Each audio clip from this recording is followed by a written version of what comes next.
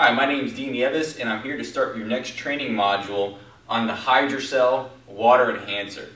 First, I want to talk about the importance of water and hydration. As trainers and wellness specialists and wellness professionals, I know we understand the importance of hydration and staying hydrated throughout the day, especially upon waking up, before your workouts, and of course immediately after your workouts. But let me touch on some of the few key things about water that some people might not know about. Your body is made up to 70 to 80% of water, so you're mainly made of water. Your brain is in fact almost 80% comprised of water, so your brain and all your cognitive function is really controlled by water as well. Not only are you made up of water and many of your components are, some of the components that make up your body are also mainly made of water, like your blood, your muscles, and again your brain as well. Dehydration affects not only how you physically perform, but also how you mentally perform. It affects your cognition and how your brain functions as well. Both physical and mental performance can be disrupted even at a 1% state of dehydration. And if your body is 10% dehydrated, you're basically having a heat stroke at that point. So again, staying hydrated is extremely important not only for your physical capabilities, but for your mental capabilities and mental health as well. Not only does water affect mental and physical performance, it also helps to regulate kidney function, acid-base balance in your body, electrolyte balance, and digestion as well. Touching on our next subject is really the function of minerals in the body. And minerals basically help to regulate that acid-base balance and help you retain the water and really help water function properly. Not only do minerals help to regulate that acid-base balance, they also provide an electrolyte balance, which is key to not only mental performance, but also allowing muscles to contract properly and prevent them from cramping. And this brings me to my next topic, which is issues with our environment and our diet. There's a lot of problems with the Western diet, but there's a lot of issues about our environment, and that includes our water sources. A lot of our water is contaminated and contains a lot of byproducts that are estrogenic and toxic for the cells. But also our soils no longer carry the same nutrients that they once did. And this actually, how this affects our health is now the plants are no longer getting the same minerals and nutrients from the soil because the soil is not as nutrient dense as it once was. Herbicides and pesticides have dramatically affected the health of the soils and therefore have limited the amount of minerals and nutrients that get into our raw foods, especially our plants. This in turn affects us when we consume plants and they no longer contain the same micronutrients that they did or once did. And also the animals who consume these plants and plant matter no longer carry the same nutrients in their body as well. This can cause the animal's meat to no longer have the same omega-3 content as it once did before. There's also major issues with our Western diet. The majority of Western diets, or American diets, are rich in foods that are highly acidic. What I mean by that is foods that are grains, nuts, and meats. A lot of the Western diet revolves around these elements and limits other elements that are alkalining or basic. An example of a food that is alkaline for the body or causes your body to become more basic would be raw green plant matter or leafy green plants as well. Currently, the American diet does not consume enough of these raw vegetables and leafy greens and consumes way too much of nuts, roots, seeds, and things like animal matter. And these things are highly acidic for the body and they cause chronic acidosis, which means your body is chronically acidic. Healthy blood levels or pH levels in your blood or acid-base levels in your blood are around 7.35 to 7.45. 7.0 is neutral acid-base balance, where 0 would be the most acidic and 14 would be the most basic elements. So things like electrolytes, ammonia, calcium, which is things like on the other end of the spectrum, which are a 0 to 1 or 2 or 3 pH, would be things like citric acid, battery acid, and other highly acidic elements. So you don't want your blood to be acidic. Your blood is something that flows through all your internal organs, and when your blood can be acidic, that is basically like bathing your body in an acidic environment. And what that does is it causes your body to excrete calcium. When you're chronically acidic, when you're suffering acidosis, which is being chronically acidic, your body secretes calcium to neutralize that acid. Calcium is very basic, and it's going to try to neutralize that acid. So what happens is when you deplete your calcium from your bones, it affects your mineral density or your bone density for your body. So by constantly consuming acidic things and being in an acidic environment or having acidic blood in your body, what it can do is it can strip mineral density from your bones. Not only can it strip mineral density from your bones, but this can lead to some severe issues, which are kidney stones. So some of that mineral density that's removed from your bones to neutralize that acid can get displaced in other places in your body and cause some really significant health ramifications for you as well. And so basically, what else alkalines your body is minerals. Minerals play a major role in alkalining your body, and so do electrolytes. So it's key to get electrolytes and minerals in your body to neutralize that acid and stop that acid from building up in your body. So what's in the hydrocell that causes it to help you regulate that acid-base balance? Another important thing about keeping your body in a neutral pH or keeping your body slightly alkaline is this also increases the amount of oxygen that's free in your body. Oxygen is the key to life. You can only live a matter of minutes without it, and it helps to nourish the cells and also to carry out a lot of bodily reactions in your body.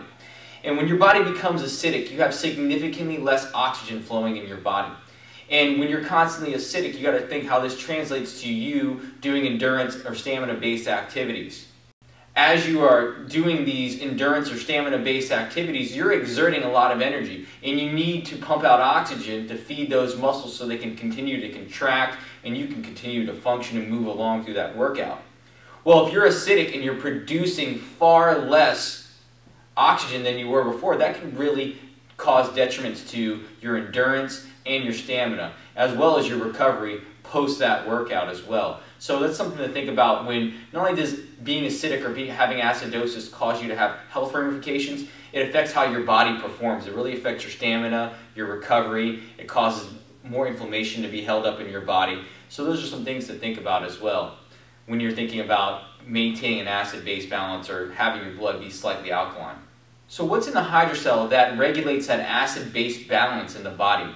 Well, there's minerals and electrolytes. There's actually 74 ionic colloidal minerals. And what that means is these are small particle minerals that are able to permeate in the cell very efficiently. Saltwater-based minerals do not permeate into the cell as efficiently as plant-based minerals. So that's why we have a plant-based mineral complex, so it can be more easily absorbed by the body and utilized by the body. Since saltwater molecules are larger in structure and minerals are larger in structure, they don't permeate into the cell as well as those plant-based minerals do. Not only are these small particle minerals, these minerals also help to cleanse your cells and remove harmful toxins like pesticides and herbicides, as well as heavy metals as well.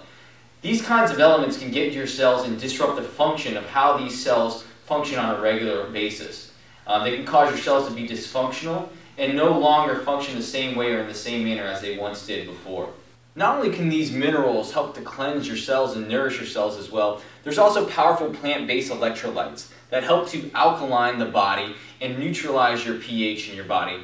They also help to keep you rehydrated and help to retain water and help you out with contracting your muscles and other bodily functions as well. And in particular, there's two electrolytes within this plant-based electrolyte mineral complex that really stand out, and those are fulvic and humic acid.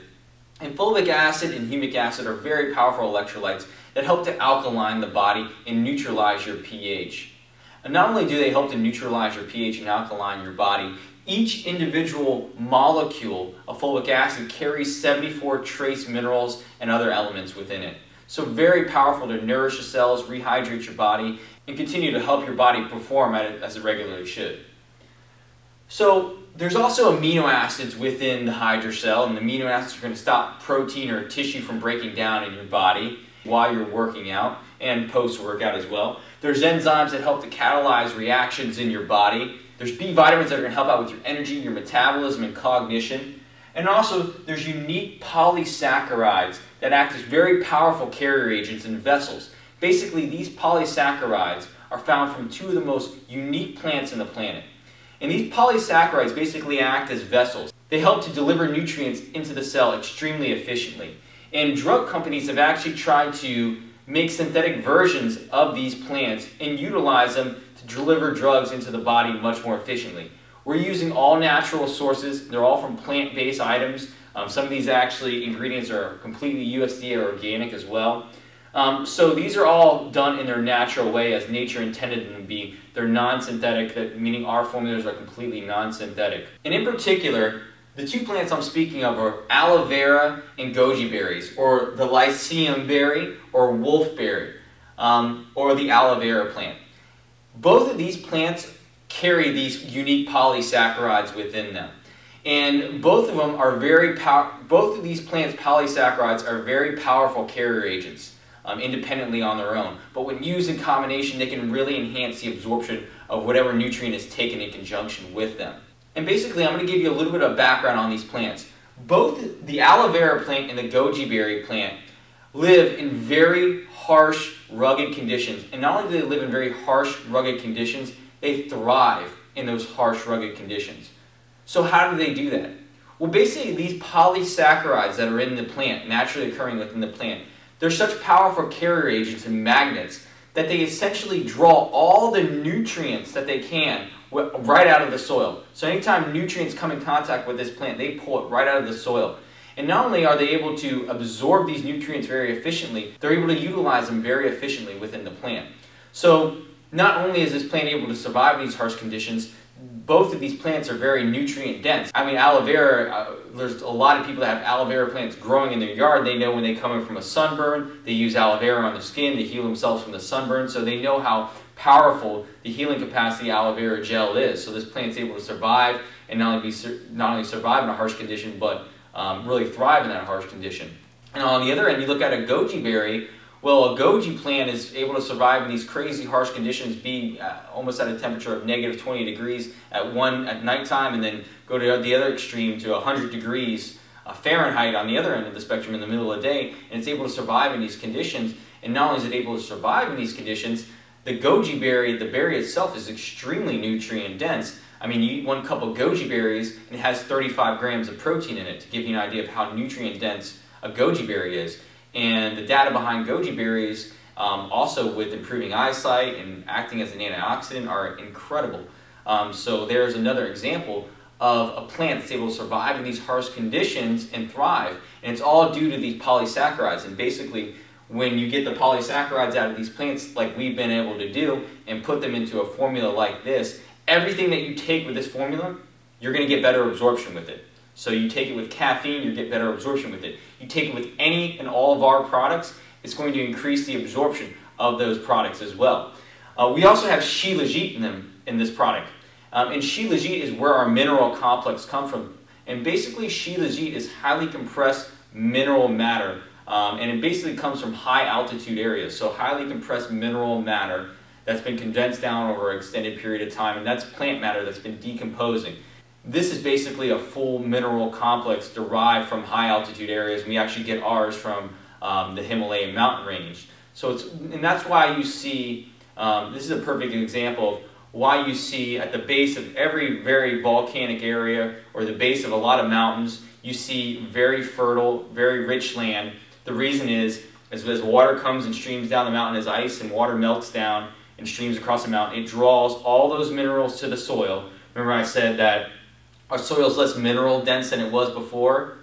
Well, that's, traditionally that's the way, we look at the rest of the world. But in areas, in isolated areas where you're near a mountain, you get this runoff off the mountain that's highly condensed mineral runoff, and it makes the soil very nutrient dense, and it causes some of the best produce to be grown. That's why people are always living at the base of volcanoes. You look at Hawaii, you look at other tropical islands, and things like that. Usually the best produce comes from those areas that are at the base of volcanic areas or at the base of mountains.